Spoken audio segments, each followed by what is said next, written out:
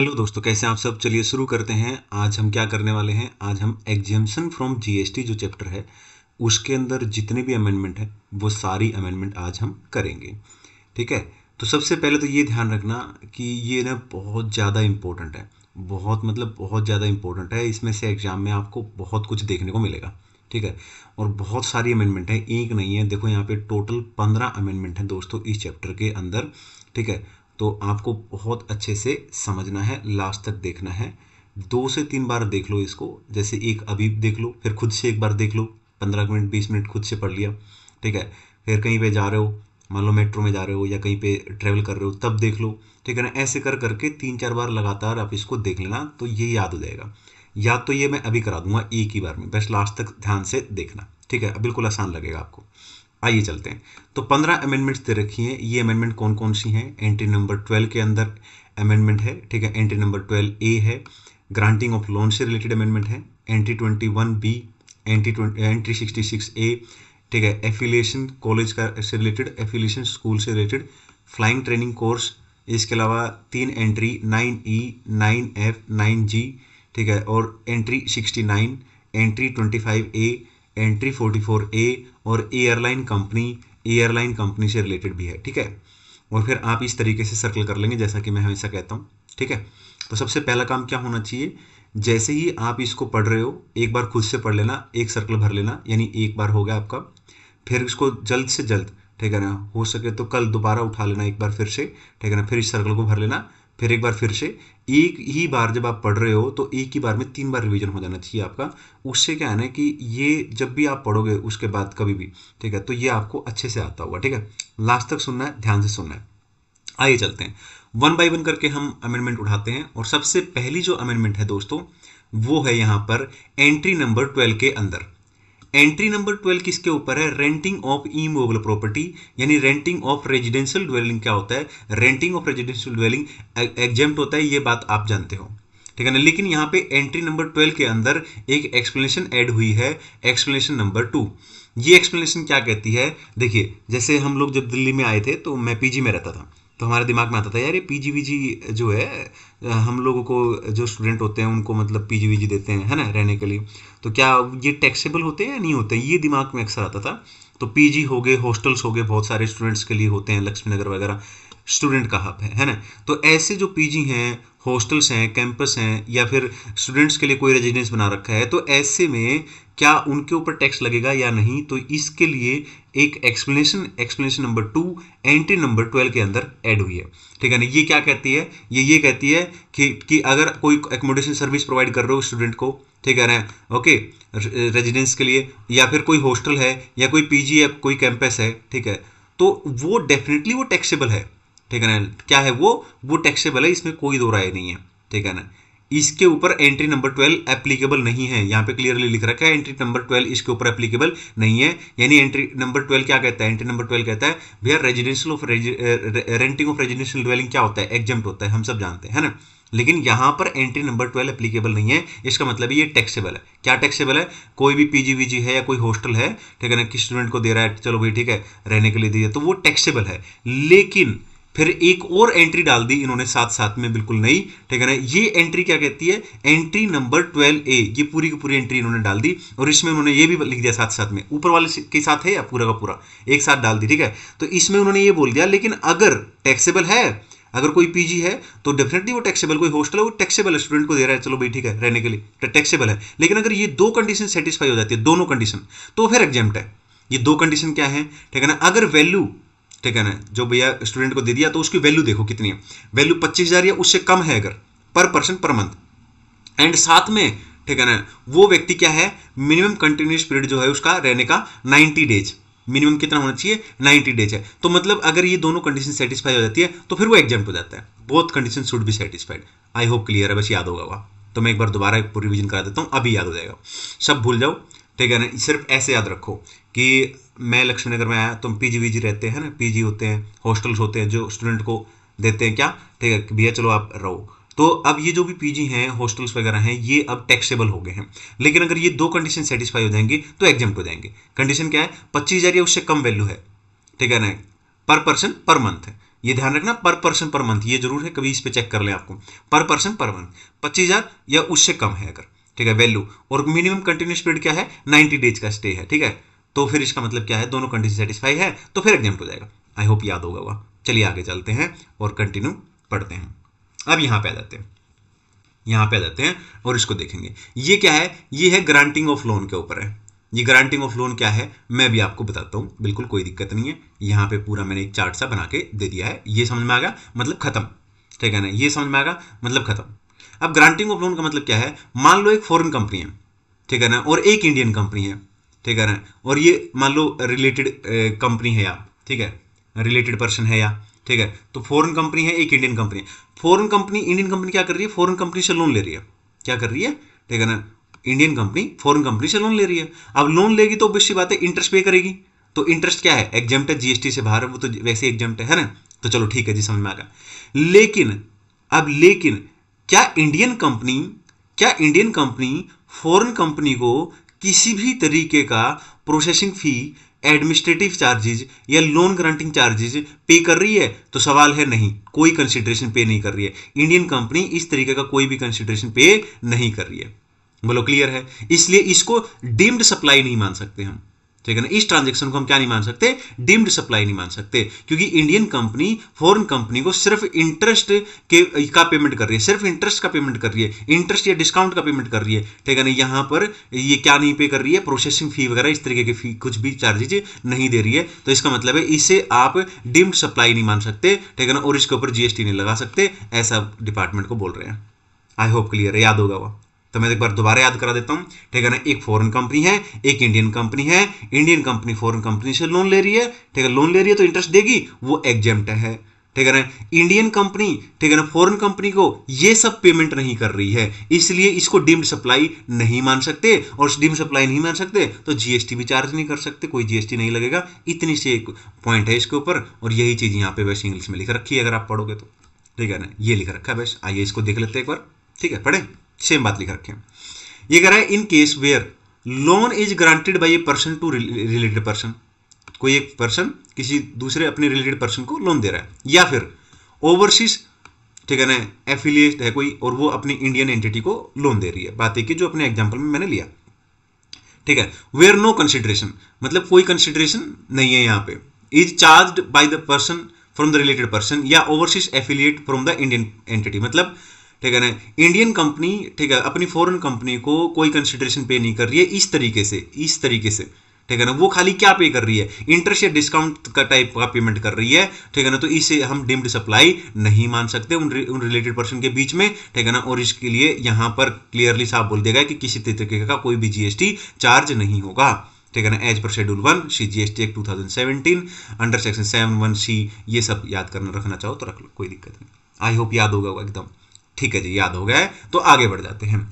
अब यहाँ पे एक क्लैरिफिकेशन ऐड हुई है, ठीक है ना, जीटीए सर्विस के अंदर एंट्री 21B के अंदर एक क्लैरिफिकेशन ऐड हुई है। तो जीटीए सर्विस, ठीक है ना, एंट्री 21B के क्लैरिफिकेशन क्या ऐड हुई है, ये क्लैरिफिकेशन की हम बात करते हैं। उससे पहले काफी लोगों को थोड़ी सी डाउट होगा, तो चलिए वो थोड़ा सा पॉइंट हम कर लेते हैं, फिर हम आगे जाके धीरे धीरे करके आगे बढ़ेंगे।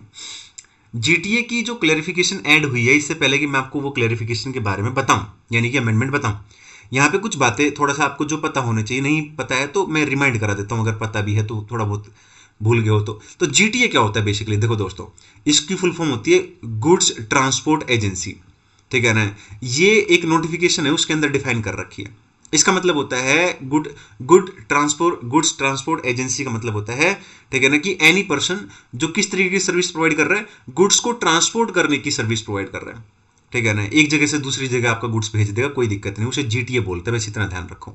अगर जीटीए की सर्विस कोई अनरजिस्टर्ड पर्सन यूज कर रहा है तो एग्जेम्प्ट होता है, गवर्नमेंट यूज कर रही है तो एग्जेम्प्ट है, मैंडोर गुड्स ट्रांसपोर्ट हो रहा है तो एग्जेम्प्ट है, लेकिन अगर कोई रजिस्टर्ड पर्सन यूज कर रहा है तो टैक्सेबल है। ये भी आप लोगों ने पहले पढ़ रखा होगा सब कुछ, कोई दिक्कत नहीं है।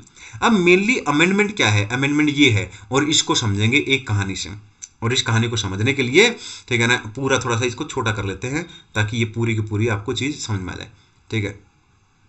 आइए इसको वापस ऊपर चलते हैं, यहाँ से ये है अपनी अमेंडमेंट, ठीक है, ओके। स्टोरी है इसके अंदर, अगर ये कहानी याद होगी ना तो आपको क्लैरिफिकेशन मुंह जबानी याद हो जाएगी, मैं गारंटी देता हूँ।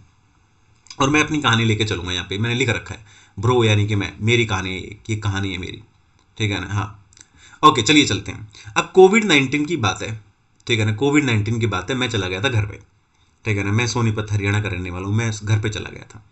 अब कोविड-19 चला गया तो मैं वापस आ गया, चलो भाई चलते हैं, क्योंकि उस टाइम पे काम बंद हो गए थे सारे, ऑनलाइन काम होते थे, है ना, तो कुछ था ही नहीं, कुछ बंद सब कुछ। तो यहाँ पे हम किराया दे के क्या करते, इसलिए भाई सोनीपत में पहुंच गए थे अपने घर पे, ठीक है ना। चलिए, तो सोनीपत से जैसे ही कोरोना वायरस ठीक हुआ, मैं शिफ्ट हुआ लक्ष्मीनगर में, वापस दिल्ली के अंदर आ गया, मैं हरियाणा सोनीपत से शिफ्ट हो गया।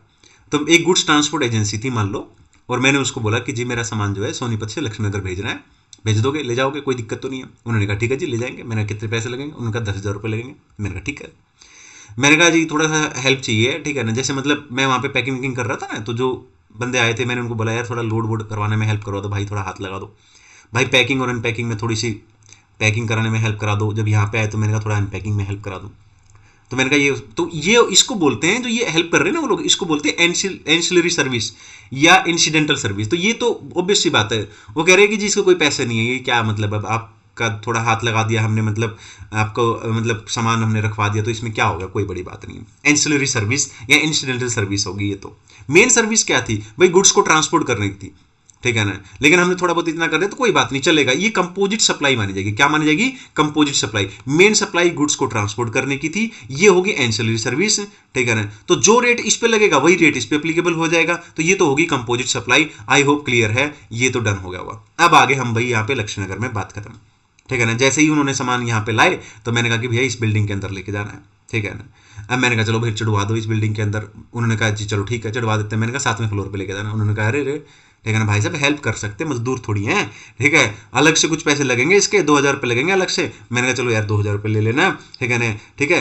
तो इसका सेपरेट इनवॉइस उन्होंने मुझे बना के दे दिया। ये कंपोजिट सप्लाई में नहीं आएगा, ठीक है ना, क्योंकि ये एंसिलरी या इंसिडेंटल सर्विस नहीं है भाई साहब, है ना, क्लियर है, ठीक है जी।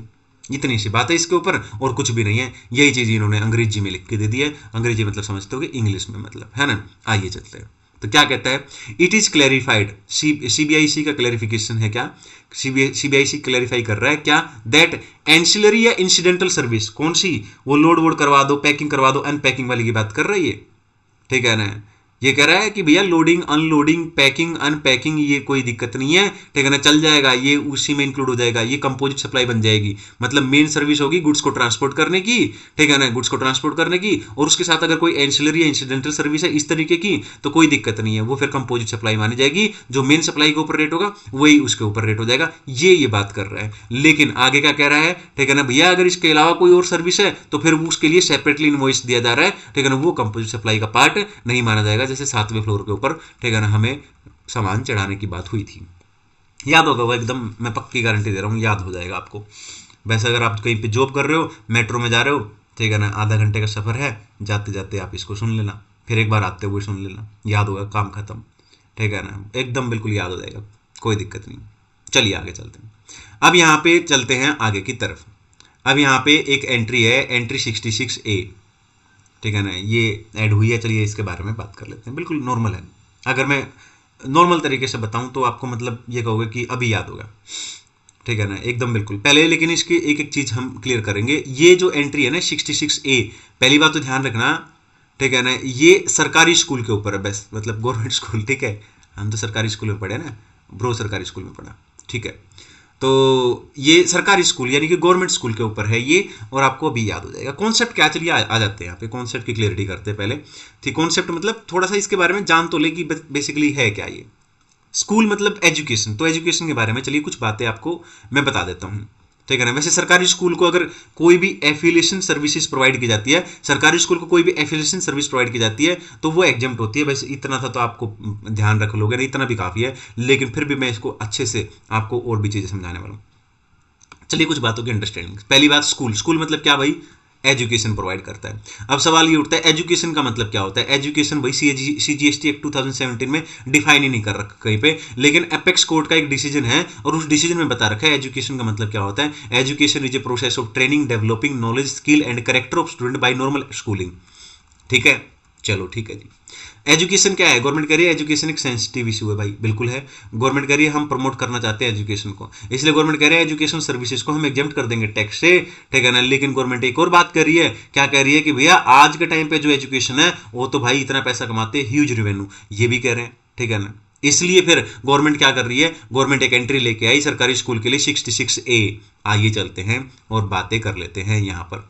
ये एक चार्ट है, इससे ध्यान रख लेना। फिर नोट क्लैरिफिकेशन क्या है, बस ये है, बस इंग्लिश की। ये तो मैंने सारा का सारा आपको इसलिए बताया ताकि एकदम बिल्कुल याद रहे, ठीक है ना, और कॉन्सेप्ट की क्लियरिटी हो जाए, ठीक है ना। ये देखो अभी बताओ, ठीक है ना। स्कूल दो ही तरीके के भाई, चलो प्राइवेट स्कूल होगा या फिर गवर्नमेंट स्कूल होगा, गवर्नमेंट स्कूल होगा या प्राइवेट स्कूल होगा, ठीक है ना। मान लो मैं एक गवर्नमेंट स्कूल खोल रहा हूँ, मैं एक गवर्नमेंट स्कूल खोल रहा हूँ और मैंने कहा भैया सीबीएसई से एथोराइज होना चाहिए, एफिलिएशन होना चाहिए, एफिलेटेड होना चाहिए सीबीएसई, ठीक है। मैंने सीबीएसई को बोला कि भैया मैं एक स्कूल खोल रहा हूँ गवर्नमेंट स्कूल और सीबीएसई से एफिलेटेड करवाना है, वो बोले 10 करोड़ दे दो, मैंने दे दिए, एग्जेम्प्ट है, ठीक है ना, एग्जेम्प्ट है, ठीक है ना। अब मान लो मैं प्राइवेट स्कूल खोल रहा हूँ, ठीक है ना, प्राइवेट स्कूल खोल रहा हूँ, सीबीएसई वालों को बोल रहा हूँ एफिलिएशन चाहिए, सीबीएसई वाले बोल रहे हैं चलो 10 करोड़ रुपए दे दो, टैक्सेबल है। याद रखना गवर्नमेंट स्कूल एग्जेम्प्ट है और प्राइवेट स्कूल क्या है, टैक्सेबल है। लेकिन यहां पर इस क्लैरिफिकेशन के अंदर हमें प्राइवेट स्कूल की बात नहीं करनी है, प्राइवेट स्कूल के लिए अलग से एफिलिएशन आया हुआ है, अलग से एंट्री है, वहां पे बात करें। लेकिन अभी क्लियर होगा वो आपको, government school affiliation services government school को अगर दी जा रही है तो डेफिनेटली वो एग्जेम्प्ट है, लेकिन प्राइवेट स्कूल को दी जा रही है तो वो टैक्सेबल है। आई होप क्लियर है, बस यही यहाँ पे लिख रखा है कि एफिलिएशन की सर्विस प्रोवाइड की जा रही है किसको, स्कूल को। स्कूल का मतलब यहाँ पे गवर्नमेंट स्कूल है, ठीक है ना, जो central government, state government, local authority, government entity के द्वारा अथॉराइज है, कंट्रोल है, ठीक है ना। ये बात ध्यान रखना, बस इतनी सी बात थी, खत्म, ठीक है ना। यही है आपकी बस, ठीक है ना। अमेंडमेंट सिर्फ ये है और कुछ भी नहीं है, ठीक है ना। मैंने तो एकदम बेस स्ट्रॉन्ग करके दे दिया आपको, बिल्कुल।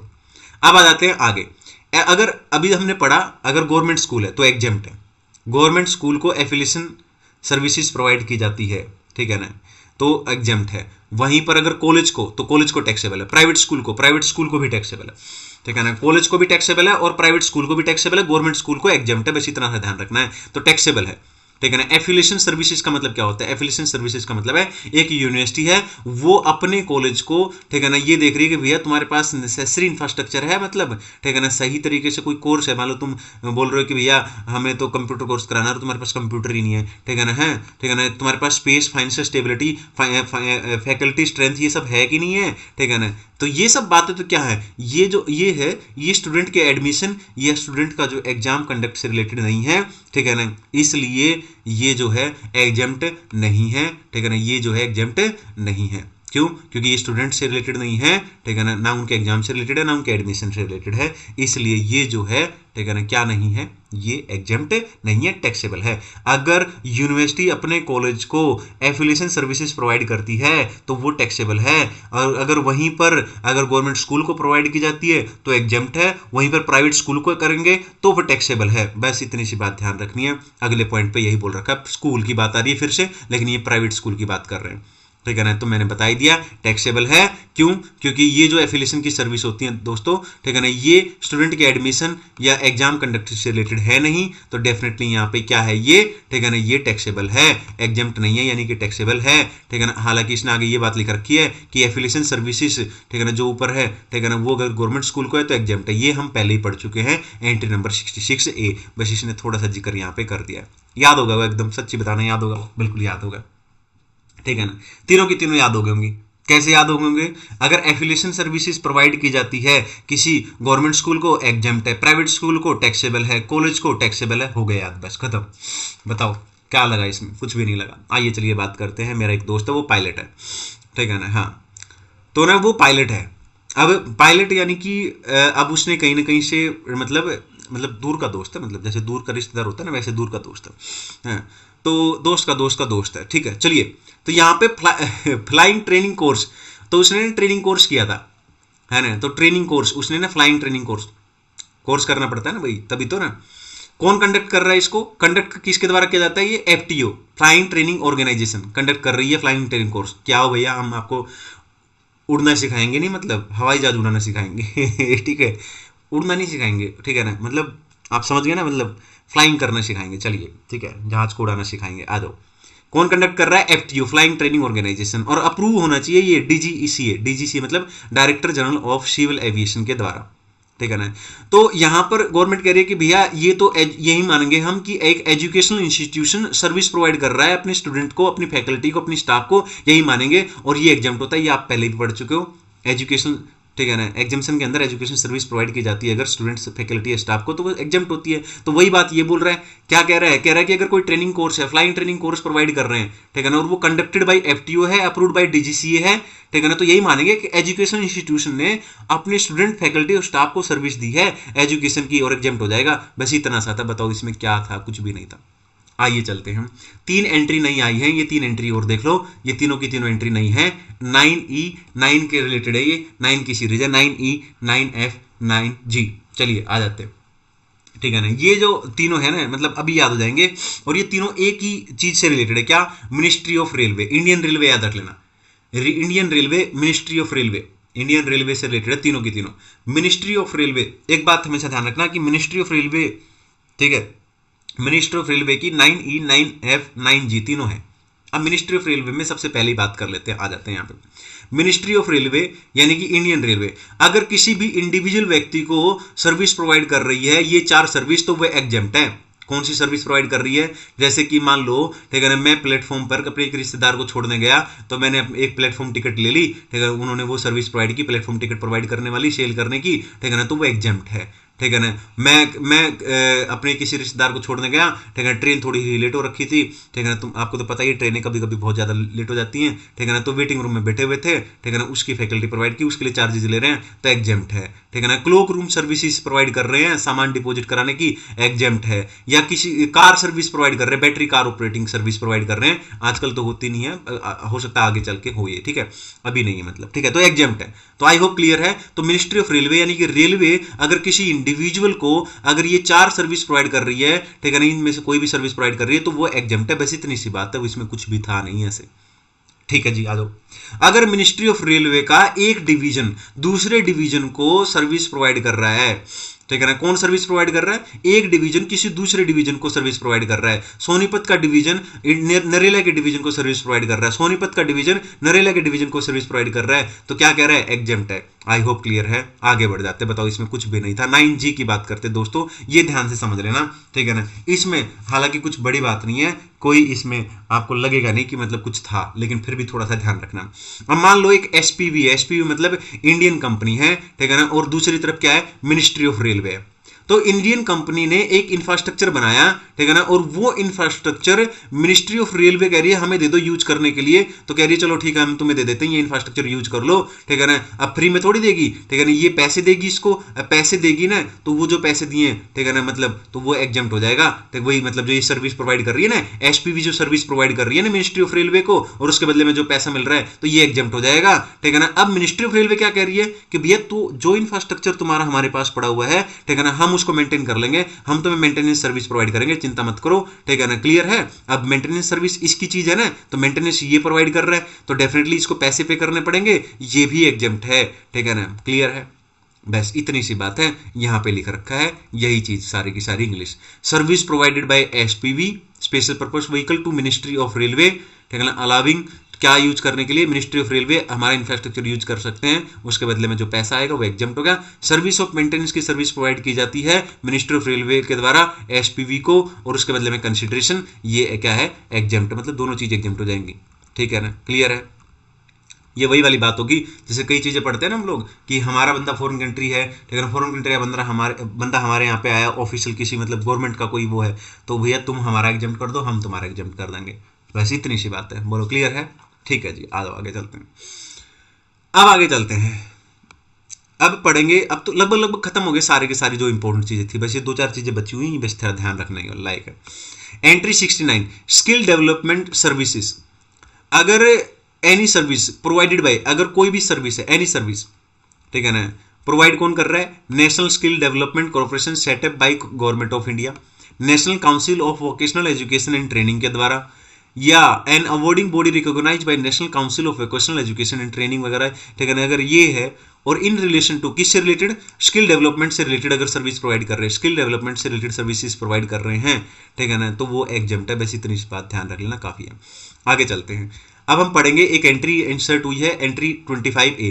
ये है अगर इलेक्ट्रिसिटी डिपार्टमेंट है, जैसे इलेक्ट्रिसिटी डिपार्टमेंट सर्विस प्रोवाइड कर रहा है। इलेक्ट्रिसिटी डिपार्टमेंट का मेन काम क्या है, ठीक है ना भैया, ट्रांसमिशन या डिस्ट्रीब्यूशन ऑफ इलेक्ट्रिसिटी, मेन काम ये है, ठीक है ना। लेकिन एंसिलरी या इंसिडेंटल सर्विस भी प्रोवाइड कर रहे हैं वो, मतलब ट्रांसमिशन या डिस्ट्रीब्यूशन ऑफ इलेक्ट्रिसिटी तो है ही उनकी मेन सप्लाई, लेकिन वो एंसिलरी या इंसिडेंटल सर्विस इनसे मिलती जुलती, जैसे भैया किसी का मीटर शिफ्ट करना है, कहीं पे ट्रांसफार्मर शिफ्ट करना है, ठीक है ना, या कोई किसी का बिल है, डुप्लीकेट बिल बना के दे रहे हैं, ठीक है ना, ठीक है। तो इस तरीके की अगर सर्विस है तो वो क्या है, एग्जेम्प्ट है। आई होप क्लियर है यहाँ पे। आगे चलते हैं। एंट्री नंबर 44A क्या है, R&D, research and development service की प्रोवाइड है, ठीक है ना।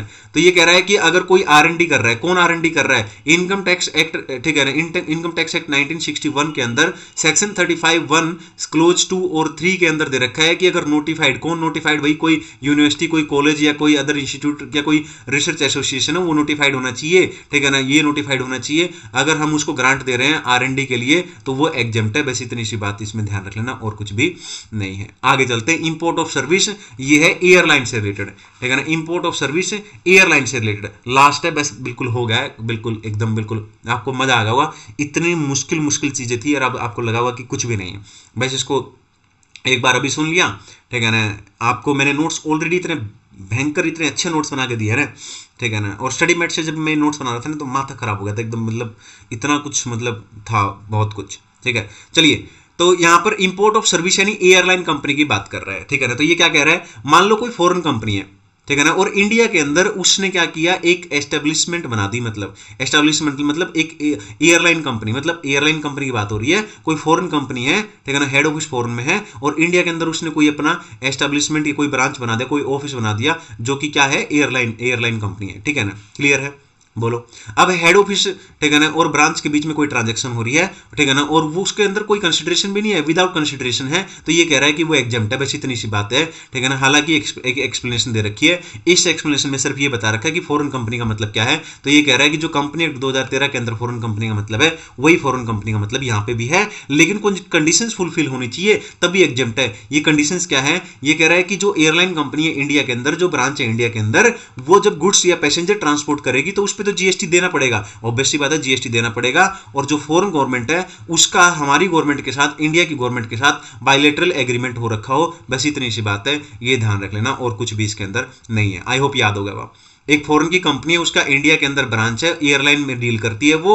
अगर फॉरेन कंपनी यानी हेड ऑफिस अपनी यहाँ पे इंडिया की जो ब्रांच है उनके बीच में कोई ट्रांजैक्शन होती है विदाउट कंसिडरेशन, तो वो एग्जेम्प्ट है, ठीक है ना। फॉरेन कंपनी का मतलब वही है जो कंपनी एक्ट में दे रखा है। ये कुछ कंडीशन है जो अभी आपको पता होनी चाहिए, याद होगा एकदम, ठीक है ना। सारी की सारी अमेंडमेंट होगी दोस्तों। एकदम पसंद आया होगा वीडियो, ठीक है ना। अगर पसंद आया तो लाइक जरूर करो, चैनल को सब्सक्राइब करो और शेयर करो सभी दोस्तों के साथ।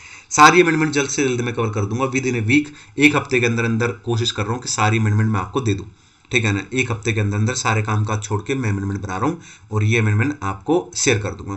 फिर पूरी की पूरी जितनी भी अमेंडमेंट होगी उन सभी की एक मैं मर्ज कर दूंगा, ठीक है ना। उनको मर्ज करके एक अच्छे से ढंग से पीडीएफ बना के वो मैं आप लोगों के साथ टेलीग्राम चैनल पे शेयर कर दूंगा। ये चैप्टर वाइज है, ये चैप्टर वाइज इसलिए डाल रहा हूँ मैं क्योंकि बहुत सारे लोगों के मेरे को मैसेज आते हैं ना, ठीक है ना, वो जॉब करते हैं कुछ ऐसे, तो जैसे मेट्रो में जा रहे हैं तो भैया अब मान लो पढ़ने का एक स्पेसिफिक टाइम नहीं मिलता है जॉब वाले बंदों को, बहुत सारे लोगों को, है ना, ठीक है।